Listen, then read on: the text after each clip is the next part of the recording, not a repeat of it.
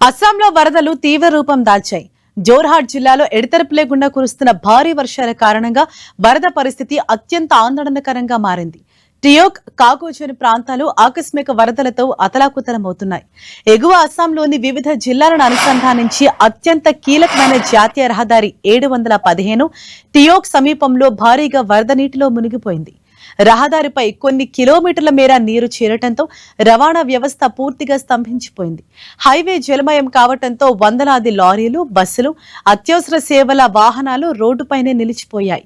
గంటల తరబడి ట్రాఫిక్ లో చిక్కుకుపోవడంతో ప్రయాణికులు తీవ్ర అవస్థలు పడుతున్నారు. నిత్యావసర వస్తువుల సరఫరాకు కూడా ఆటంకం ఏర్పడింది. నదులు, వాగులు పొంగి పొరలటంతో వరద నీరు ఇళ్లలోకి, వ్యవసాయ క్షేత్రాల్లోకి చేరింది.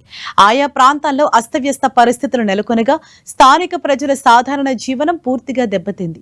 అధికారులు సహాయక చర్యలు చేపడుతున్నారు. ఇక శివసాగర్ జిల్లాలోని పలు ప్రాంతాలు సైతం జలమయమయ్యాయి. టియోక్, కాకోజన్ పరిసర ప్రాంతాలలో వరద ఉధృతి ఒక్కసారిగా పెరగటంతో స్థానిక ప్రజల పరిస్థితి ఆందోళనకరంగా మారింది. సమాచారం అందుకున్న ఎన్డీఆర్ఎఫ్ తక్షణమే రంగంలోకి దిగి చిక్కుకున్న ప్రజలను సురక్షిత ప్రాంతాలకు తరలించేందుకు ముమ్మరంగా రెస్క్యూ ఆపరేషన్ నిర్వహిస్తోంది. అస్సాంతో పాటు దాని పొరుగు రాష్ట్రాల్లో కొన్ని రోజులుగా కురుస్తున్న కుండపోత వర్షాలతో గువాహటిలో బ్రహ్మపుత్ర నది నీటి మట్టం ప్రమాదకరంగా పెరుగుతోంది. నది ఉధృతి నిరంతరం పెరుగుతుండటంతో తీర ప్రాంత ప్రజలు తీవ్ర ఆందోళన చెందుతున్నారు. బ్రహ్మపుత్ర నది నీటి మట్టం పెరగటంతో గువాహటి నగర పరిసరాల్లోని లోతట్టు ప్రాంతాలు, ఘాట్లు ఇప్పటికే నీట మునిగాయి. వరద నీరు గట్టు దాటి రాకుండా అధికారులు పర్యవేక్షిస్తున్నారు.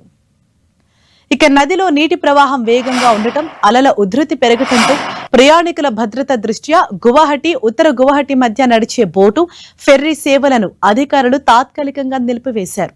కేంద్ర జల సంఘం, అస్సాం విపత్తు నిర్వహణ సంస్థ నిరంతరం నీటి మట్టాలను గమనిస్తున్నాయి. నదీ తీరంలో నివసించే ప్రజలు సురక్షిత ప్రాంతాలకు వెళ్లాలని, ఎవరూ నదిలోకి దిగొద్దని జిల్లా యంత్రాంగం హెచ్చరికలు జారీ చేసింది.